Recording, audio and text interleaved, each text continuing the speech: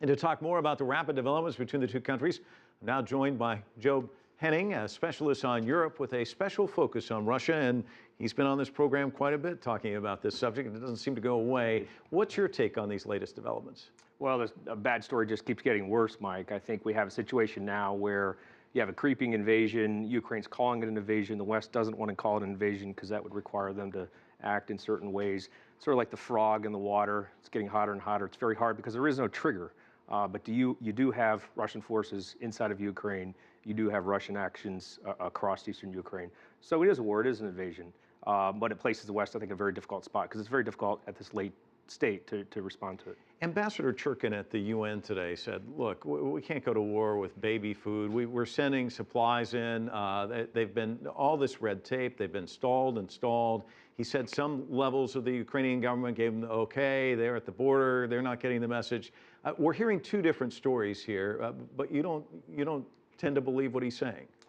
I don't know. Do you, Mike? I mean, I think it's hard to take any of that today for some statements from the forum. We're welcoming the progress of the fact you've got a rogue state that's doing whatever it wants. I think it's important to realize there will be negotiated settlement.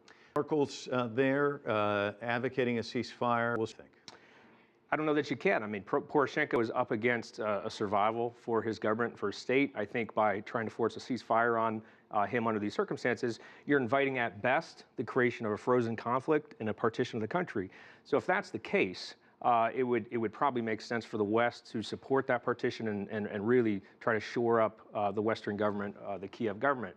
But trying to force a ceasefire in a government that's still struggling for its survival and does not have the commitment of the West, very difficult sell for Poroshenko right now. Talk to me about Minsk. Poroshenko with Putin next week. Do you expect much there? I don't, it's always good talking under these circumstances, fly on the wall at that conversation. I don't know how much Poroshenko has to say to Putin at this point.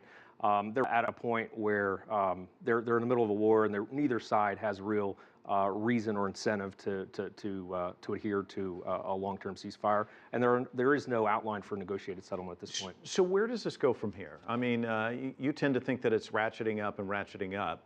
Where does it go from this stage? Well, I think in terms of strategies, states have to be realistic. You only have a strategy to the extent you have objectives and means to get there that are realistic and achievable. So I think in this case, I think it's time for a lot of the parties to look at it and realize that Russia really doesn't believe in the viability of a Ukrainian nation state. And the West has to draw some conclusions for that. Either they've got to put everything they have behind supporting the Kiev government. They're not really prepared to do that politically. They can't do that at this late date. It would be very risky to do that. You can support a partition, like I said earlier, or you can back off and you can invest your assets, your resources, and your political energy in defending other NATO members, such as the Baltic countries and Poland, which will be threatened if you have the entire Ukraine. To partition the best case? One serious scenario that strategies ought to consider seriously at this point. Joe Henning, always a delight having you in. Thanks so much. Certainly appreciate it. Good to be here.